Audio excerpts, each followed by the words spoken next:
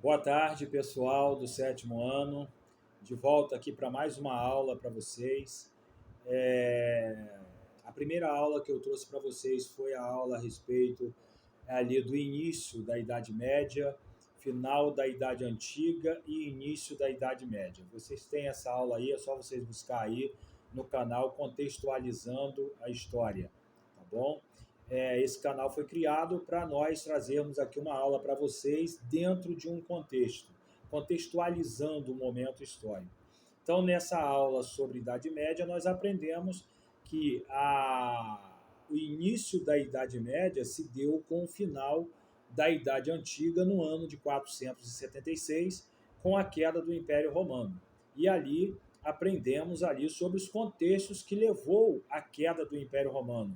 A invasão bárbara no ano de 476 depois de Cristo e a queda do Império Romano. Vocês podem ir lá na aula lá, rever a aula e vocês vão entender ali o contexto, né, que envolveu muitas coisas, envolveu ali o crescimento do cristianismo, envolveu, né, a diminuição da expansão do Império Romano, envolveu a diminuição dos escravos, né, a aproximação dos reinos bárbaros ali, das tribos bárbaras, descendo pelo Reno e ficando ali ao longo de 200 anos próximo da cidade romana, chamados limes, nas fronteiras do Império Romano. Tá bom? Então vocês voltam lá, revejam a aula se vocês não, já viram. Se vocês não viram, vejam lá, para vocês voltarem aqui e pegar essa aula aqui, né? Participar dessa aula que vamos falar hoje a respeito do feudalismo.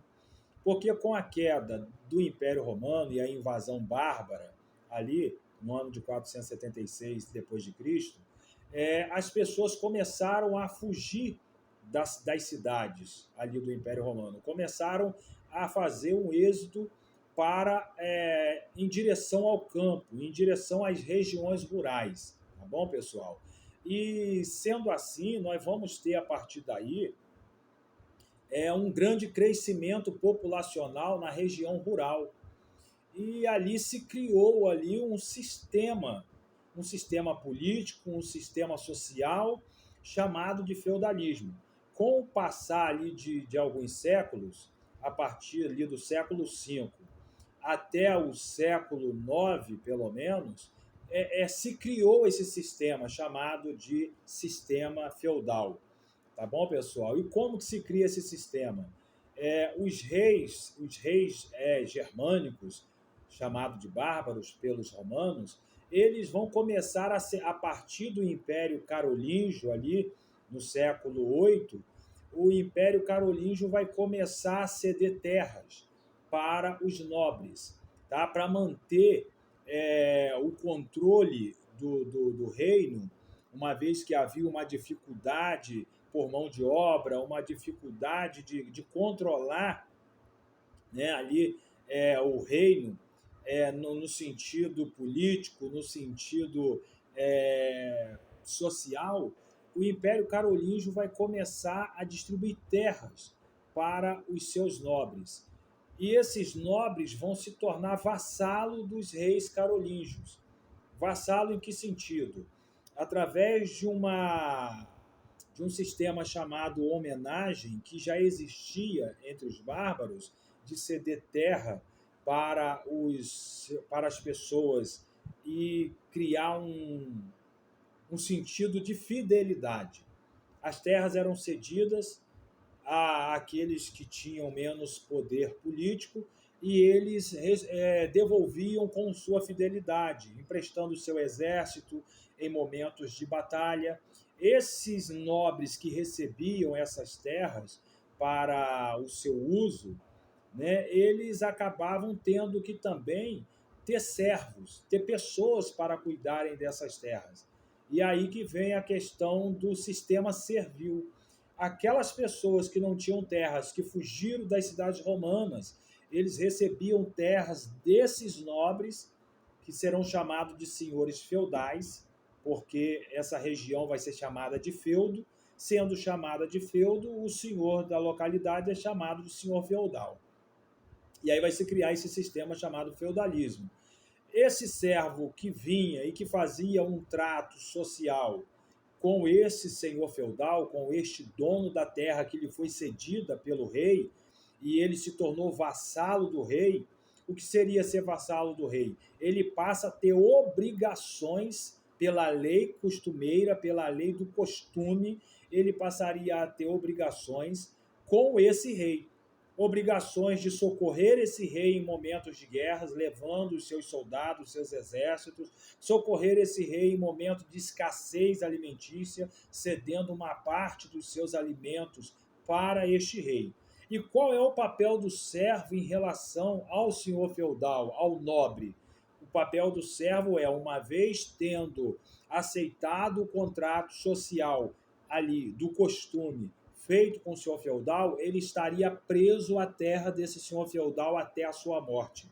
Ele não poderia, de repente, dizer: não quero mais ficar aqui, vou embora, vou me retirar dessa terra e vou para uma outra região, vou para um outro feudo, trabalhar para um outro senhor feudal de uma outra região. Ele não poderia fazer isso, porque a lei do costume, né, prendia ele à terra e ao seu senhor.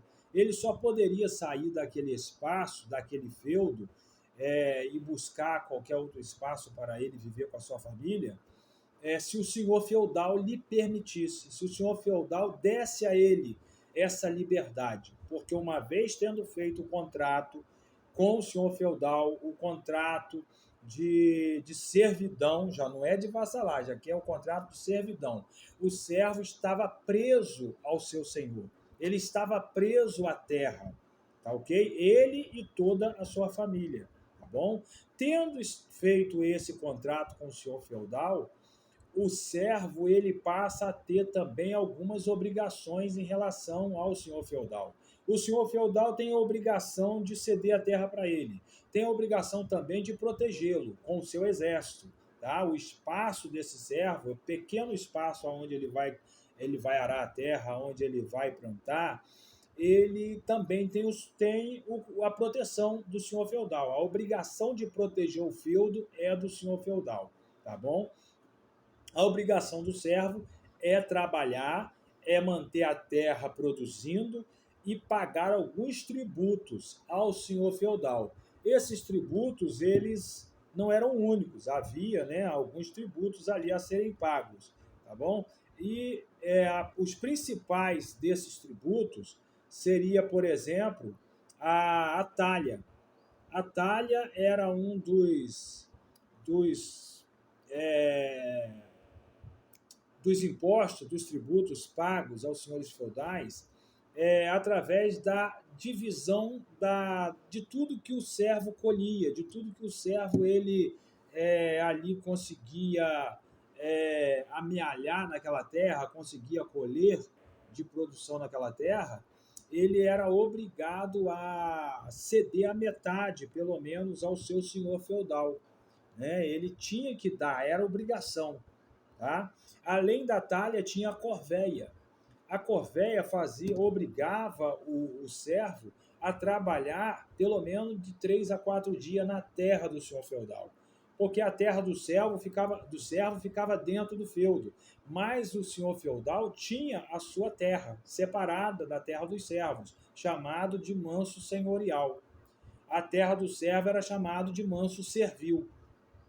Essa parte do manso servil, aonde ficava o servo, ele trabalhava, mas não podia se descuidar da parte do senhor feudal, a parte, né, da terra do senhor feudal. Ele tinha que tirar ali 3, 4 dias para trabalhar naquela terra. Isso aí seria chamado, né, de corveia, seria um imposto chamado de corveia. Esse imposto, além dele, também tinha as banalidades. As banalidades seria o imposto pago pelo uso do moinho, pelo uso das ferramentas dos senhores feudais, e com isso acabava não sobrando muita coisa para o servo. Os servos tinham uma vida de muita dificuldade. Praticamente o que sobrava para o servo era malmente para comer.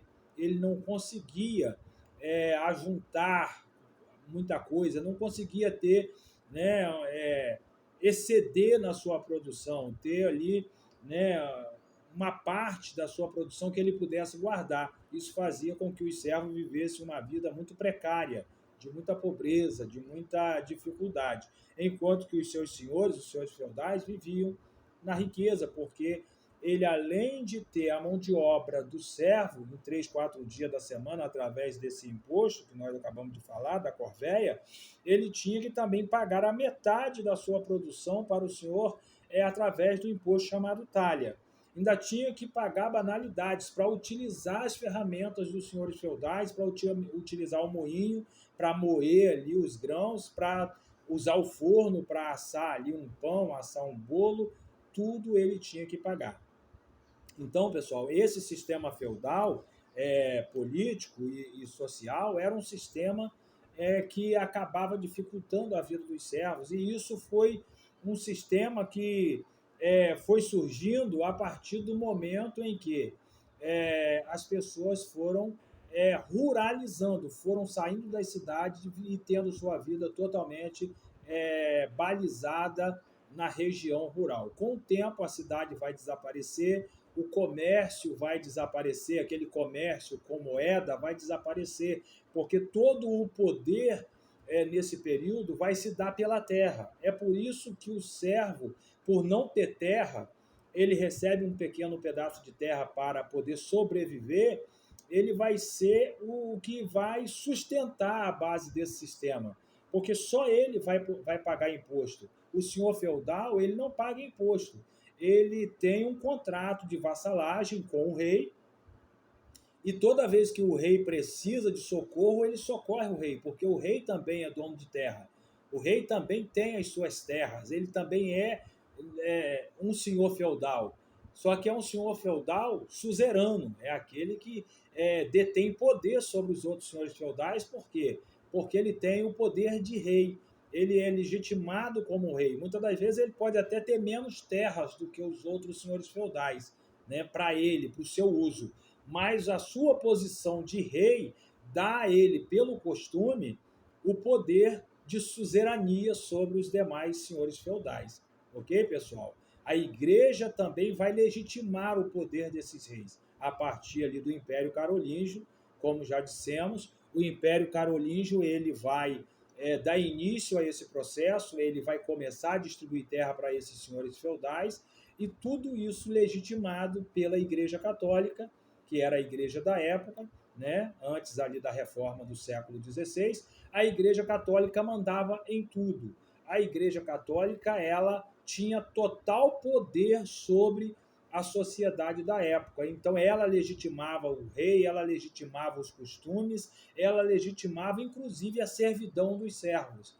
Então, se alguém se levantasse contra esse sistema, sofreria sanções tanto por parte da igreja, tanto por parte dos senhores feudais. Havia uma lei costumeira que, através do costume, balizava todo esse processo. Ok, pessoal? Então, por hoje, essa aula para vocês entenderem um pouco de como funcionava o feudalismo ali, né, na Idade Média, entre o século VII ali em diante, até o século XIV ali, né, até o final da Idade Média vai prevalecer esse sistema. Somente com o fim da Idade Média, o surgimento ali, né, da Idade Moderna, é que vai surgir o capitalismo, né, vai surgir a burguesia no meio disso tudo, vai surgir. E em outra aula estaremos tratando disso. Vamos falar dessa divisão aí social, de como acontecia. Por hoje é somente isso para vocês, para não ficar uma aula muito longa. E na próxima aula eu estarei falando de como funcionava, tá bom, pessoal? Esse sistema de classe aí, esse sistema de classes social entre a nobreza, entre os servos, tá bom? Nós vamos falar disso aí na próxima aula.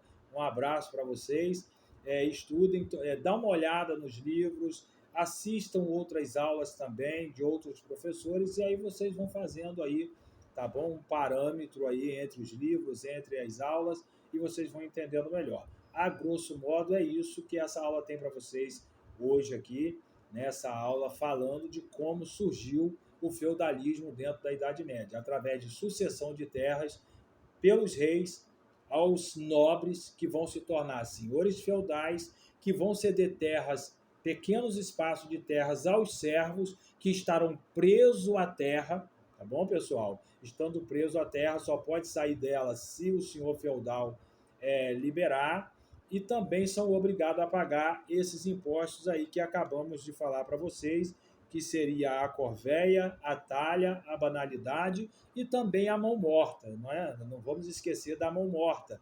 Quando o servo, o chefe da família do servo morria, a família, para continuar dentro daquela terra, tinha que pagar o tributo, o imposto da mão morta, tá bom? Esse imposto era pago para que a família, após a morte do servo principal, do chefe da família, tivesse direito de permanecer ali naquela terra, usufruindo do direito de colher, de plantar, de colher naquela terra, pagando tributos àquele mesmo senhor. Caso não pagasse o tributo da mão morta, certamente seriam expulsos da terra e ficariam marcados por descumprir a lei. Uma vez tendo descumprido a lei, seria difícil também serem aceitos em outro feudo, por um outro senhor feudal, pois a lei nessa época, ainda que fosse uma lei costumeira, uma lei baseada nos costumes, passado de geração em geração, de forma oral, era muito sério e não se poderia quebrar as leis. Dava em prisão, dava em condenação à morte, a coisa era séria. Tá bom, pessoal? Por hoje é só. Um abraço para vocês aí, um bom fim de semana para vocês.